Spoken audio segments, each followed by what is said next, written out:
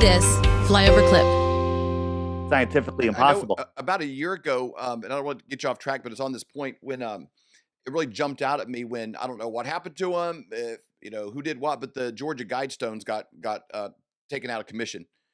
You already know where I was going. Good. When those stories came out, one of the observatory things they were talking about is these stones have been there for, whatever, since the 70s or some kind of thing. But they got holes through them. I didn't know they got holes. You can see the same stars the whole time. This hole right here in the center stone, when you look through it, you can see Polaris and all the other stars circle around it. So we're traveling 4.4 billion miles a year. We're zigzagging back and forth on each side of the sun, 183 million miles, whatever it is. And somehow Polaris stays in there. And the globe excuse is that Polaris is so far away that even though we're traveling 4.4 billion miles a year after year, century after century, there's no parallax. It's so far away that it never moves. Okay, give me an analogy. What would that be like? Would it be like I'm driving in my car, but there's some kind of a monument that's so big I could see it, even though I'm going fast, I could see it for a long time. So no, when you're driving your car, the trees that are right on the side of the road are going, they're just whizzing by you. But the trees on top of the mountain, you can stare at that tree for a long time. It's barely moving out of your window. It's very slow. The farther away something is, the slower it moves out of your angular view. Right next to you, they're whizzing by. So Polaris is so far away that all of these motions don't matter. It's ridiculous. Here's the thing. Most people go, their mind short circuit. They go, I can't understand that. And that's because you're smart, because it's not understandable. It's dumb. Okay. It's ridiculous, but it makes people just give up and they appeal to authority. They're like, I don't have a PhD. I got to trust a guy in a bow tie and a lab coat who's used to be a failed comedian. Okay. He's the one that's going to tell me what I need to believe. And I'm going to give up my God-given common senses and just use nonsense, because nonsense is is my religion, right? If you're a global believer, you live in a nonsense religion and you think that it's science because they use the word science. It's pseudoscience, all of it. So either way, would say that either way requires a certain amount of faith? No. There's no faith in flat Earth. But by the way, Dave, just to give you a quick backstory on me, I grew up. I was born in a Jewish family, with not really practicing Jews at all. I mean, maybe went to temple, on special holidays and stuff, and I just never got into it. And I didn't even get bar mitzvahed when I was 13. And then that's a ripoff. That's the best part. Yeah, I know. I ended up getting bar mitzvah when I was 16 because my father got remarried to a very Jewish woman, and she's like, "Oh my God, he's not bar mitzvah," and whatever. Okay, so I did all that, but I just didn't buy into the religion thing, and I never labeled myself, but I guess you could call me an atheist, all right? Because I just didn't believe in any of these religions, right? But then when all of a sudden I found out that the Earth is intelligently designed, Dave, therefore there is a creator. And I'm not going to put a label on the creator. I'm not going to say who the creator is. I'm saying there's a creator, and we are at the center of creation, and this place is created for us. And then it gave me no choice but to understand that we live in a created world. Okay. So then from there, your personal relationship with the creator grows, and you start learning all sorts of things. Flat Earth brings people to the creator. There's something there. I think there's is it a verse in the Bible? Or is it a quote? I'm trying to remember. It said, in the Bible, I forget the verse. It says something to the gist of, once you see my creation, the earth, you can no longer deny my existence. Okay. And that's a fact, because we live in an intelligently designed world. You have to accept that there's a creator. The people that are running this world, and I call them people, liberally, because who knows? They're monsters, if you ask me. They hate God, and they don't want us in a situation where we can't deny God. So they keep putting stuff out there that makes us doubt God. I mean, you could find God, in this heliocentric world, but you're not honoring the true creation of this world. You're living in a psyop. The globe is the psyop, but they'll tell you that flat Earth is a psyop. So I will add to this. I don't think the theory of evolution. And we came from, it's just, everybody knows the whole process, whatever version of it, how many, whether it's 2 billion years or 8 billion years, now the use of time, no matter what, it only works on the globe model, where you're a dot in the middle of that, because then it kind of, you can extrapolate those distances and times, and we came from nothing. But it would never work in an enclosed, firmament based reality. You couldn't have evolution and a firmament Right. model. Well, the whole idea, things, mutations making things better and better and better. I'm sitting here, Dave, with my eyes. I could see you on my screen. I could see out my skylight here. I could see trees in the distance. I could see colors. I know how far things are. I can do all of this. This is just a whole bunch of random mutations from pond scum. We were pond scum, Dave. Right, and then we turned into frogs, and we turned into turned into fish, and we grew legs, and we climbed out of the water and found other sexy fish, and turned into monkeys, and turned into people.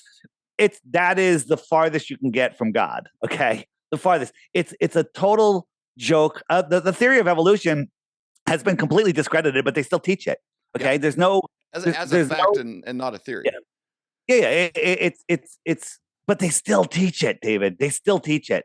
So just finishing on the Georgia Guidestones, they were built in 1981. So they tell us in the heliocentric model that the Earth is precessing. The axis is tilting every 26,000 years, and so every 76 years it moves 1 degree. And it's provable that if you moved this whole 1 degree, the Polaris wouldn't be there anymore. Okay, if you move Polaris 1 degree, it wouldn't be there anymore. Well, this was up for over 40 years. And I'm sorry, if you move it a half a degree, it'll be way out of that circle. Just a half a degree. Well, it was up for 40 years. It was still there.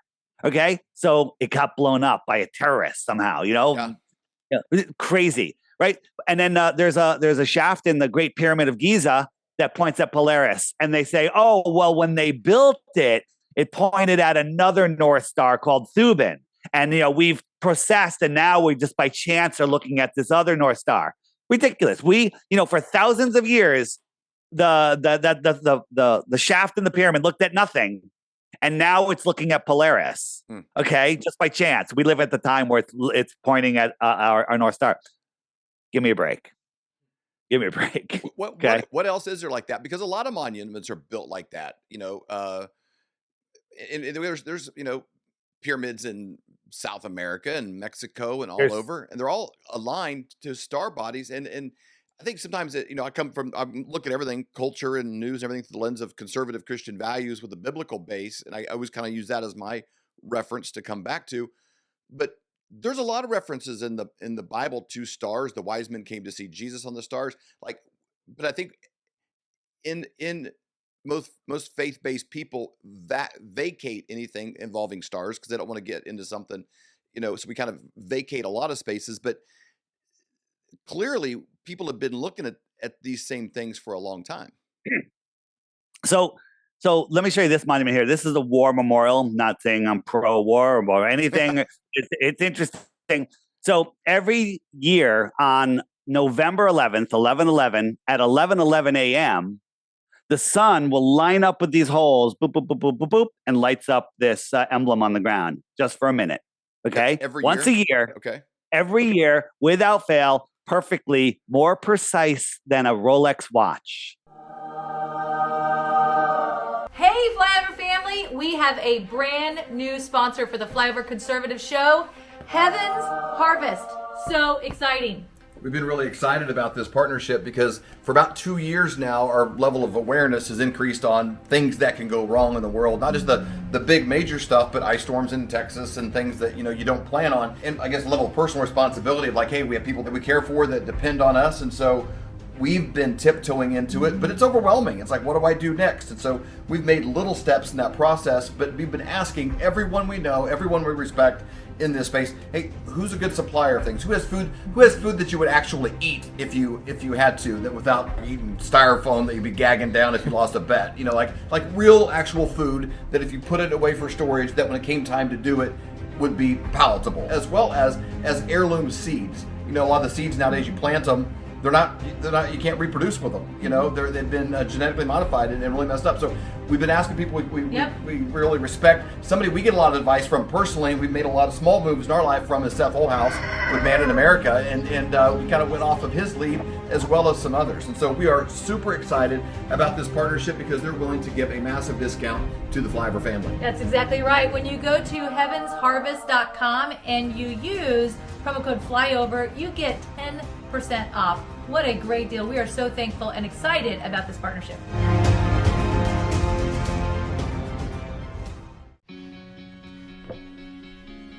Looks like you've been sleeping well. Megan, he's back. The My Pillow guy. And you're looking good. Still feeling good. Well, just when you thought it couldn't get any better, we've got the best pillow ever, My Pillow 2.0.